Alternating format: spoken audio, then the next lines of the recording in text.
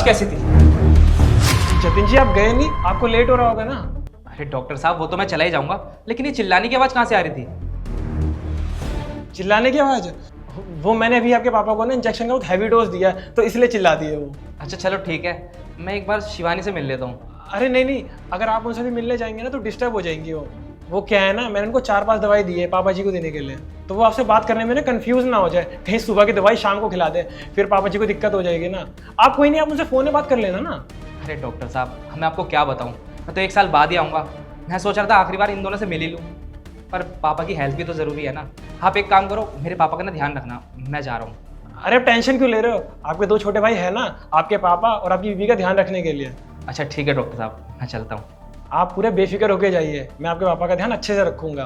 ठीक है मैं चलता हूँ। ठीक है जतिन जी।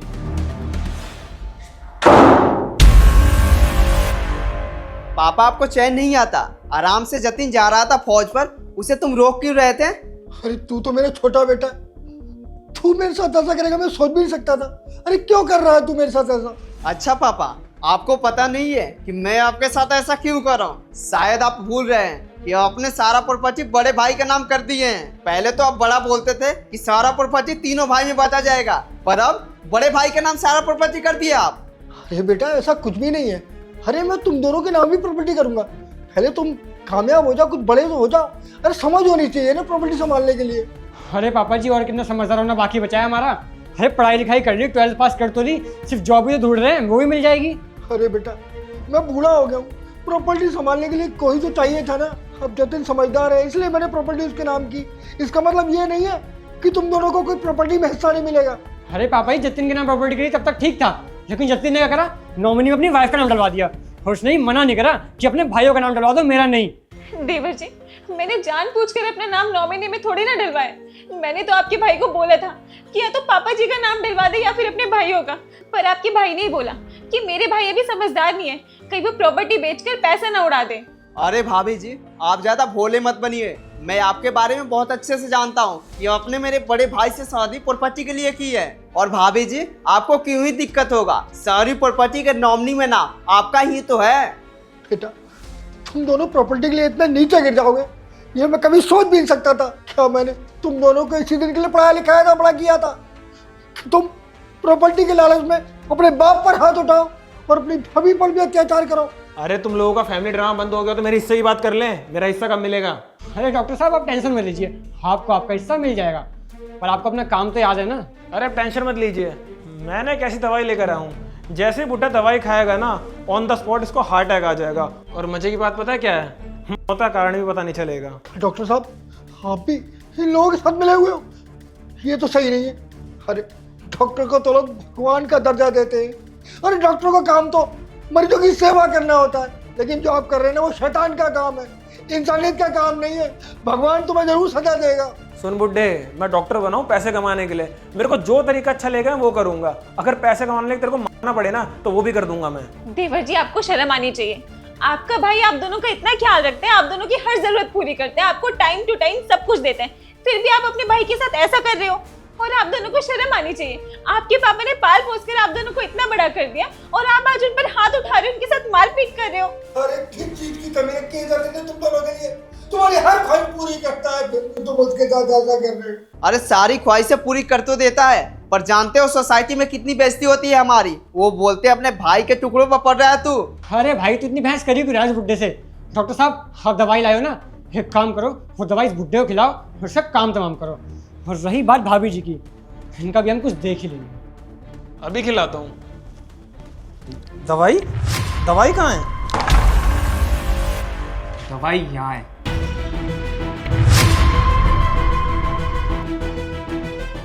जतिन तुम आ गए?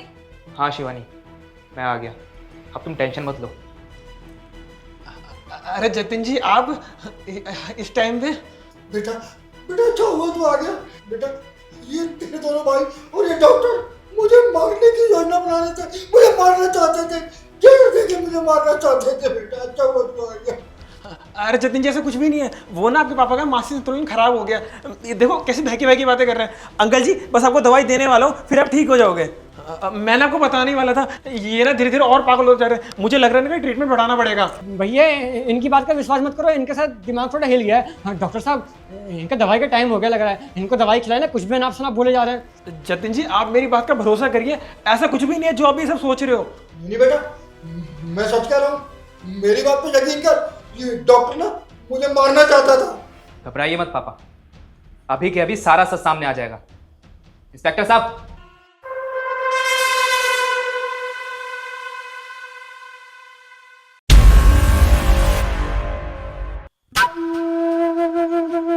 इंस्पेक्टर साहब आप यहाँ कैसे? पुलिस यहाँ कैसे? क्या हुआ डॉक्टर साहब, इतने क्यों घबरा रहे हो? और क्या सोच रहे हो तुम लोग कि मैं कैसे आया यहाँ पे? जतिन भाई, तेरे पापा की तबीयत तो ठीक है ना? पता नहीं यार, कुछ समझ नहीं आ रहा है। आज 6 महीने हो गए ट्रीटमेंट कराते हुए, पर कोई फर्क ही नजर नहीं आ रहा है। और उल्टा दिन पे दिन उनकी तबीयत और खराब होती जा रही है। और जब भी मैं शिवानी से कुछ पूछता हूँ तो पता नहीं क्या हो जाता है, उसे कुछ बताती नहीं है। और जब फौज में जाने की बात करता हूँ तो पापा और शिवानी दोनों डर जाते हैं। मुझे तो कुछ समझ नहीं आ रहा है यार, क्या हो रहा है ये। तेरी बातें सुन के मुझे लग रहा है तेरे घर में कुछ ना कुछ तो गड़बड़ है, और शिवानी और तेरे पापा तेरे से कुछ ना कुछ तो जरूर छुपा रहे हैं। हाँ यार, मुझे भी ऐसा ही लग रहा है। मुझे तो लग रहा है कि शिवानी और पापा ना कुछ मुझसे छुपा रहे हैं। सुन, मेरे पास ना एक प्लान है। मैं एक काम करता हूँ, तेरे घर से बाहर जाने की एक्टिंग करूँगा और तेरे कमरे में जाके छुप जाऊँगा। फिर झूठ और सच दोनों सामने आ जाएंगे। हाँ, तो ठीक कह रहा है। अरे जतिन जी आप गलत समझ रहे हो, ऐसा कुछ भी नहीं है। असल में पापा चुप करो डॉक्टर तुम। अरे तुम दोनों को जरा भी शर्म नहीं आई अपनी भाभी और अपने पापा के ऊपर हाथ उठाते हुए? अरे कम से कम रिश्तों का तो लिहाज रख लेते। अरे तुम्हारे पापा हैं वो, अरे उन्होंने इतना पढ़ा लिखा कर तुम्हें काबिल इंसान बनाया इस दिन के लिए, ताकि एक दिन तुम उनके ऊपर हाथ उठाओ। अरे अगर मुझे पहले से ही पता होता ना कि तुम दोनों प्रॉपर्टी के लालच में ये सब कर दोगे तो मैं सारी प्रॉपर्टी पहले ही तुम दोनों के नाम कर देता, ताकि मुझे आज ये दिन ना देखना पड़ता। और डॉक्टर साहब आपको जरा भी शर्म नहीं आई अपने ईमान के साथ गद्दारी करते हुए? अरे एक डॉक्टर का काम होता है लोगों की जिंदगी बचाना, पर तुम उन्हीं लोगों की जिंदगी छीनना चाहते हो, और वो भी सिर्फ चंद पैसों के लिए। अरे तुम्हें शर्म आनी चाहिए, डूब के मर जाना चाहिए ऐसे डॉक्टर को। अरे मैं आपके भरोसे अपने पापा को छोड़ कर गया था ताकि आप अच्छे से मेरे पापा का इलाज कर सको। अरे लोग डॉक्टर को भगवान का रूप मानते हैं, लेकिन जब आप ही ऐसा करोगे तो लोग कहाँ जाएंगे, किस पर भरोसा करेंगे? खैर, आप सबसे ना बहस करने का कोई फायदा नहीं है। इंस्पेक्टर साहब ले जाइए इनको, और इनको कड़ी से कड़ी सजा देना कि जिंदगी भर जेल से बाहर ना आ पाए। चिंता मत कर जतिन भाई, जो भी इन लोगों ने करामात करी ना अंकल और भाभी के साथ, वो सब कुछ मैंने अपने स्मार्टफोन में रिकॉर्ड कर लिए, और जो कि सबूत के तौर पे काम आएगी हमारे। और डॉक्टर साहब आप तो बिल्कुल भी चिंता मत करो, आपका लाइसेंस मैं रद्द करवा के रहूँगा, छोड़ूंगा नहीं आपको मैं। नहीं इंस्पेक्टर साहब मेरे को माफ़ कर दीजिए, मेरा लाइसेंस कैंसिल हो जाएगा, मेरे बाल बच्चे हैं, प्लीज़ माफ़ कर दीजिए। चलो अब तुम तीनों जेल में, तुम्हारा इंतजाम मैंने पहले ही कर दिया था, पुलिस की गाड़ी बाहर खड़ी है, चलो। जेल? नहीं इंस्पेक्टर साहब, हमें जेल में भेजिए, हमारी उम्र ही क्या है। भाई आप बोलिए ना पुलिस को, ये तो आपके दोस्त हैं, आपकी बात तो मान ही जाएंगे ना। मैंने आपसे प्रॉमिस करता हूँ, मैंने आपसे पापा जी का और भाभी का अच्छे से ख्याल रखूंगा। आप ना बेफिक्र होकर फौज में जाइएगा, पर प्लीज़ हमें माफ़ कर दीजिए, ये सारा घर हम अच्छे से संभालेंगे, हमें कोई प्रॉपर्टी नहीं चाहिए, और सारी आप रख लीजिए, बस हमें जेल जाने से बचा लीजिए। पापा जी प्लीज माफ कर दीजिए, इंस्पेक्टर साहब से बोलिए ना हमें जेल ना ले जाए, हम तो आपके छोटे बच्चे हैं ना, प्लीज पापा जी माफ कर दीजिए। बेटा मेरे माफ करने से क्या होगा, सारे सबूत तो पुलिस के पास है ना। तुम दोनों ने क्या किया है मेरे साथ, और हर इंसान को अपने कर्मों की सजा भुगतनी पड़ती है।